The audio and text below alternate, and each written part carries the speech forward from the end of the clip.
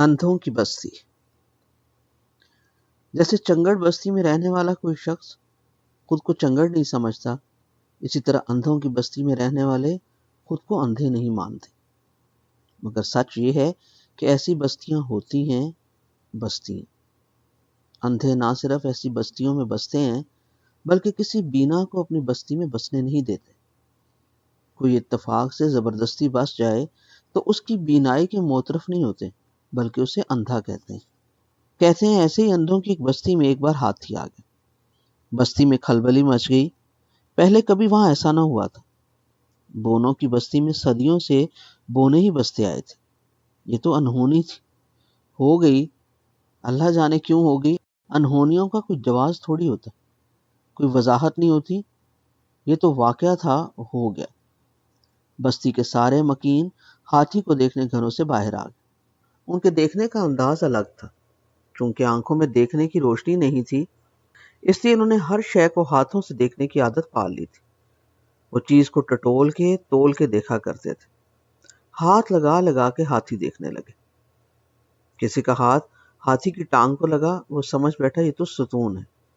کسی نے ہاتھ اونچا کیا، ہاتھ میں ہاتھی کے دانت آ گئے۔ وہ گھبرا کے پیچھے ہٹ گیا اور اپنے ساتھیوں کو بتانے لگا یہ تو تلوار کی مانند ہے۔ کسی نے کھڑے کھڑے اس کے پیٹ پہ ہاتھ پھیر دیا اور گھر آ کے بچوں کو بتانے لگا کہ ہاتھی دیوار جیسا ہوتا ہے۔ کوئی اس کے کان چھو کے پلٹ آیا اور دوسروں سے جرح کرنے لگا کہ میں نے اپنے ہاتھوں سے دیکھا ہے یہ تو چھج ہے۔ ایک کا ہاتھ اس کی سونڈ پہ لگا اور اس نے شور مچا دیا، ہٹ جاؤ، پرے ہو جاؤ، یہ سانپ ہے۔ قصہ مختصر، جس کی جتنی پہنچ ہوئی، جہاں کسی کا ہاتھ لگا، جہاں تک کسی کی دسترس ہوئی، اس قدر اس نے گمان پا لی۔ گمان کو یقین کہہ دیا، یقین کی قسمیں کھا لی۔ سارے سچے تھے، ہر کوئی دوسرے کو جھوٹا کہہ رہا تھا۔ اندھے سارے تھے، الزام ایک دوسرے کو دیے جا رہے تھے۔ کہنے والوں نے یہ کہانی تو سنا دی، مگر نہ بستی کا حدود ضربہ لکھا، نہ ہاتھی کا تذکرہ کیا۔ چونکہ یہ کہانی کہی بھی ہے، اس لیے اس میں صرف کہی باتیں، کہی باتوں کے بیچ جو انکہی ہے وہ ابھی تک کہی نہیں گئی۔ ایک رازدار نے بتا دیا، راز کھول دیا کہ یہ بستی تو ہماری بستی، اور اس میں آنے والا ہاتھی کوئی اور نہیں تھا، اپنا شاعر اقبال رحمہ اللہ تھا۔ خدا جانے خدا کو ہماری بستی کی کون سی ادا بھاگ، اس نے ہم اندھوں کو روشنی دینے کے لیے اسے بھیج دیا۔ وہ آ کے چلا بھی گیا، مگر اپنی روشنی کی بتی ہمارے درمیان چھوڑ گیا کہ جب کبھی راستے میں ٹھڈے لگیں تو اس لالٹین کو پکڑ لینا۔ ہم نے لالٹین کو خوبصورت موٹے مخملی کمبل میں لپیٹ کے اپنی بستی کے چوک میں سب سے اونچے کھمبے پہ لٹکا دی، اور پھر اسی طرح بستی کے اونچی نیچے راستوں پہ گرتے پڑتے اپنے ہاتھوں کو اپنی آنکھیں بنا کے رہنے لگے۔ کہتے ہیں ہاتھی کا قد اندھوں کے قد سے اونچا تھا، اس لیے کسی کا ہاتھ اس کی آنکھوں تک نہیں گیا، جس سے وہ اپنی راہ تکتا ہے اور اپنے ہودے میں بیٹھے مسافروں کو دکھاتا ہے۔ ہماری بستی میں بھی کوئی شاذ اقبال کی اس بصیرت کو سمجھے، جس سے اس نے ہمارے راستوں میں کمکمے جلائے، جگمگ کیا، اپنے اندر کی روشنی کو اپنے قلم میں روشنائی کی جگہ بھر کے اپنے عہد کی ظلمتوں کو چیلنج کیا۔ وہ روشنی بھی خال خال لوگوں کی نظر میں بستی کے دوسرے مکینوں کے راستے کا تعین کرتی محسوس ہوتی۔ مصیبت یہ ہے ایسے خال خال لوگ اب نظر نہیں آتے، پہلے کبھی کبھی نظر آ جاتے تھے۔ میں جس شخص کا قصہ سنانے لگا ہوں لوگوں کو نظر آتا تھا، وہ اپنی بستی کے لوگوں کی ہی قد کاٹ کا تھا، اور اس کی بصیرت کی چبھن بھی ایسی تھی کہ ہاتھوں سے دیکھنے والوں کو بھی چبھ جاتی تھی، دکھتی محسوس ہوتی تھی۔ کہتے ہیں وہ اپنی بستی کا ایک درویش تھا۔ اس کا کمال یہ تھا کہ جو اس کے پاس آ جاتا وہ اس کا روحانی رینک اور دیگر کوائف جان لیتا، اندر اور باہر کی ساری کھچڑی چکھ لیتا، بتا دیتا کون کیا ہے اور کتنے پانی میں۔ اس کی بستی کے لوگوں کو اس سچائی کا ادراک تھا، آزمودہ حقیقت تھی۔ اس کے علاقے میں بے شمار اس کے عقیدت مند تھے، وہ سارا دن اس کے گرد یوں منڈلاتے رہتے جیسے پکے پھل کے گرد مکھیاں۔ ہر کوئی اپنی بساط کے مطابق اندر کی شیرینی اور مٹھاس ان سے لے لیتا، اور زمانے بھر سے ملی بھی اپنی کڑواہٹ کی شدت ڈائلیوٹ کر لیتا۔ اس درویش کا نام آج بھی بہتیرے جانتے ہیں، آپ نے بھی سنا ہوگا۔ یہ درویش تھے پیر جماعت علی شاہ رحمہ اللہ۔ نارووال کے علاقے کے ولی اللہ تھے. آج بھی ان کے وصال کے برسوں بعد ہزاروں لوگ ان کے عقیدت مند. ان کی ایک کہانی سنانے چلا. ان کی اور کہانیاں بھی ہیں مگر وہ کہی ہوئی ہیں, لکھی ہوئی ہیں. جب سے سیاہ کو سفید اور سفید کو سیاہ لکھنے کا رواج عام ہوا ہے, لکھے لفظوں کی حرمت شرمائی پھرتی ہے. مجھے جو واقعہ یاد آ رہا ہے وہ اس لیے قابل اعتبار ہے کہ ابھی تک لکھا نہیں گیا. مجھے یہ ساری کہانی ایک ایسے شخص سے سننے کا اتفاق ہوا ہے جس واقعے کا چشمدید گواہ ہے. واقعہ یہ ہے کہ پیر جماعت علی شاہ رحمہ اللہ کے پاس پہچان اور گیان کی آنکھ تھی, پرکھ تھی. ڈنکی کی چوٹ پہ 16 آنے حقیقت لوگوں کے سامنے رکھ دیتے تھے, مانے بغیر چارہ نہ تھا. مگر شاہ جی کے ڈیرے پہ کچھ سخت ضابطے تھے. کچھ چیزیں ایسی تھیں جن سے شاہ جی سمجھوتا نہیں کرتے تھے, شدت سے منع کرتے تھے. مثلاً انہیں داڑھی کے بغیر آدمی کو مل کے غصہ آ جاتا تھا. مونچھوں کے تو وہ سخت بیری تھے.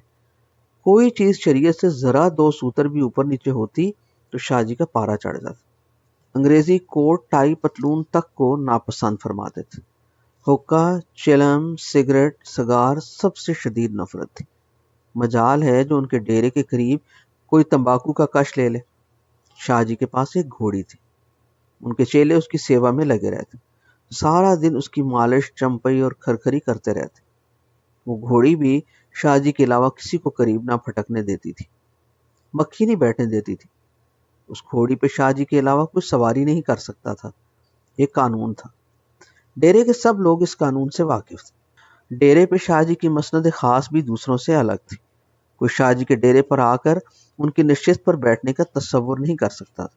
یہ ڈیرے کا دستور تھا. ڈیرے کے دستور سے سب آگاہ تھے. ایک دن الٹی گنگا بہہ گئی. شاہ جی نے انہی واقف کاروں میں ایک خصوصی عقیدت مند طلب اور اسے کہنے لگے, میری گھوڑی لے جاؤ, ریلوے اسٹیشن جاؤ. صبح کی پہلی ٹرین پہ لاہور سے ایک مہمان آ رہے ہیں. انہیں ادب سے سلام کرنا اور میری گھوڑی پہ بٹھا کے لگام پکڑ کے آگے آگے چلتے یہاں لے آنا. مہمان تو آتے رہتے تھے مگر پہلے کبھی ایسا نہیں ہوا تھا کہ شاہ جی کسی کے لیے اپنی گھوڑی بھیجتے. عقیدت مند کا ماتھا ٹھنکا. یہ آج کیا ہونے والا ہے؟ مہمان کا حلیہ سنا تو ماتھے پہ پسینہ آ گیا.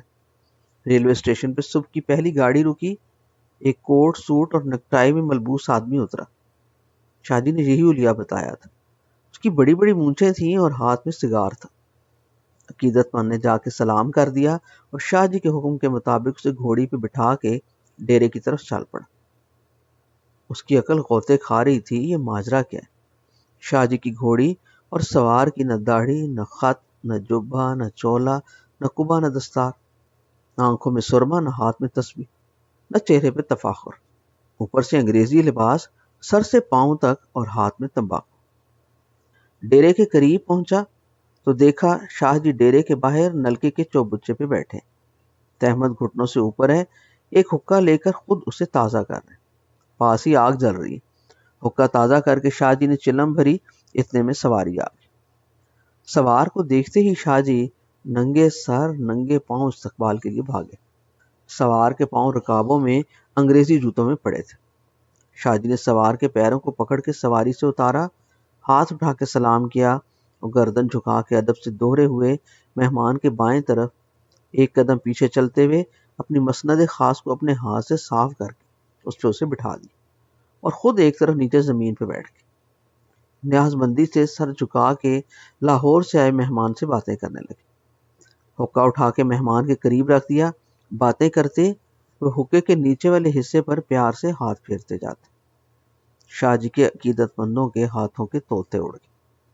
یہ آج ان کے پیر کو کیا ہو گیا؟ ساری عمر جو سبق خود پڑھائے وہ ایک ہی دن میں سب ملیاں میٹ کر دی. شاہ جی کی غیر پسندیدہ چیزوں میں ایک شاعری بھی تھی اور اکا دکا مریدوں کو پتا تھا کہ آنے والے مونچھوں والے سوٹڈ بوٹڈ مہمان میں جہاں اور بظاہر شرعی عیب دکھتے ہیں وہاں ایک شاعری بھی ہے. مہمان کی رخصت کا وقت آیا تو پھر اسی طرح گھوڑی کی رکابوں کو پکڑ کے شاہ جی نے خود اسے سوار کیا اور ہاتھ ماتھے پر رکھ کے عجز سے سلام کیا. جب تک جانے والے کی سواری نظر آتی رہی شاہ جی اپنی دہلیز کے باہر ہاتھ باندھے کھڑے مہمان کو جاتے تکتے رہے. سواری نظر سے اوجھل ہوئی تو بوجھل قدموں سے قدم قدم چلتے اندر آ گئے. اندر ڈیرے میں سارے مریدوں کے چہروں پہ حیرت کھلی تھی. تھوڑی دیر تو مرید ٹکٹکی لگائے اپنے پیر کو تشکیق سے دیکھتے رہے، جیسے تصدیق کر رہے ہوں کہ ان کے پیر کا ذہنی توازن تو برقرار ہے۔ پھر ایک لاڈلا مرید ہمت کر کے بول پڑا، سرکار یہ آج الٹی گنگا بہہ گئی، ایک ہی دن میں اپنے سارے اصول توڑ دیے، ہماری تو عقل کام نہیں کرتی، یہ آج ہوا کیا آپ کو؟ پیر جماعت علی شاہ رحمہ اللہ نے سب کو ہاتھ کے اشارے سے قریب بلایا، بلا کے بٹھا لیا۔ سب بیٹھ گئے تو شاہ جی بولے، تم مجھے جانتے ہو میں کون ہوں، کیا حیثیت ہے میری؟ وہ شخص زبان ہو کے بولے، اس میں کیا شک ہے، آپ ولی اللہ ہیں، اللہ کے دوست ہیں۔ شاہ جی اس سے ہاتھ جوڑ کے بولے، اچھا مانتا ہوں کہ اس کا کرم ہے کہ اس نے میری انگلی پکڑی ہوئی ہے، پر یہ بولو میری ولایت کا علاقہ کتنا ہے؟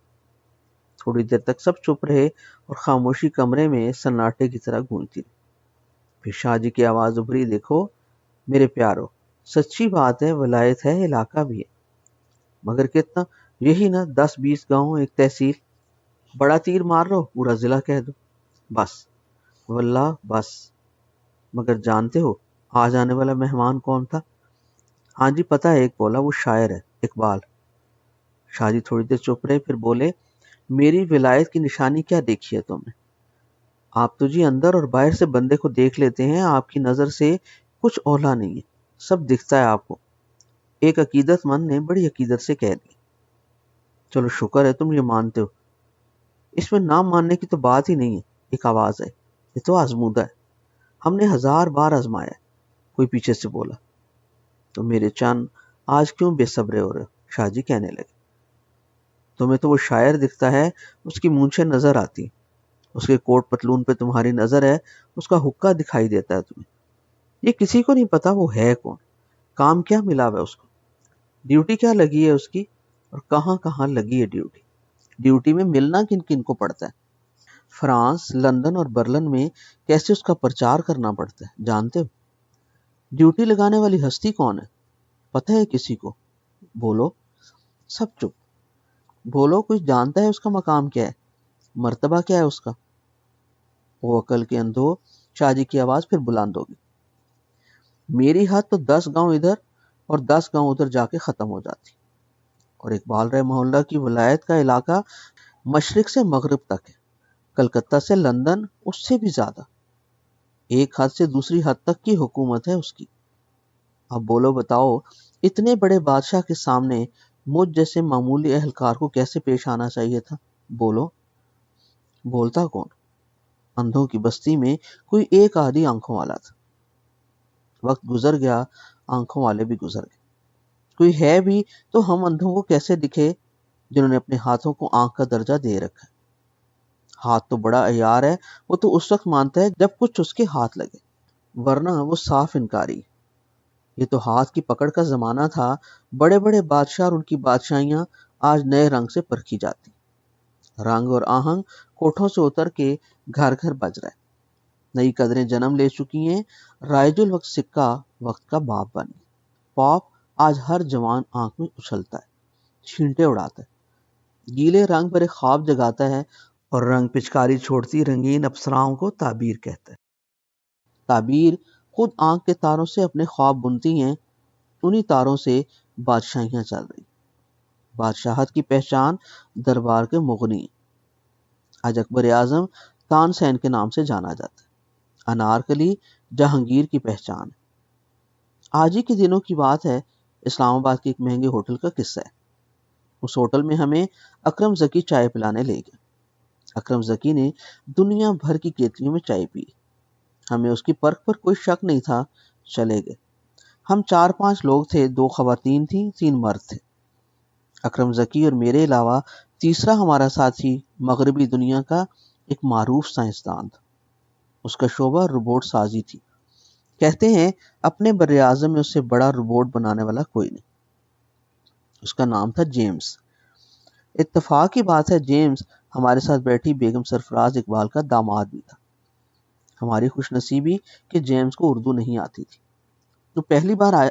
وہ پاکستان پہلی بار آیا تھا، مگر روبوٹ سازی کی سائنس میں رہ کر بھی اسے اقبال رحمہ اللہ کا علم تھا، کہتا تھا اقبال کی شاعری کا ترجمہ پڑھا ہے۔ حیرانی کی بات یہ تھی کہ روبوٹ بنانے والے سائنسدان کا کہنا تھا کہ ہم روبوٹ انسان کو سامنے رکھ کر بناتے۔ ہم چاروں مذاق سمجھ کے ہنسنے لگے۔ وہ سنجیدگی سے ہمارے چہروں کی ہنسی پڑھنے لگا، کچھ دیر چپ رہا، پھر مجھے کہنے لگا، انسان روبوٹ سازی کی آخری لمٹ ہے۔ اقبال رحمہ اللہ کا سبق آخری لمٹ تک پہنچنے کا ہی نہیں، اس سے آگے لے جانے کا، پر ہم اس لمٹ تک پہنچنے کے لیے بھی اس سے مدد لیتے۔ میں نے پوچھا کیسے؟ جیمز بولا، اقبال نے انسانیت کے جو پیرامیٹرز بتائے ہیں وہی ہم روبوٹ سازوں کے مقاصد بن گئے۔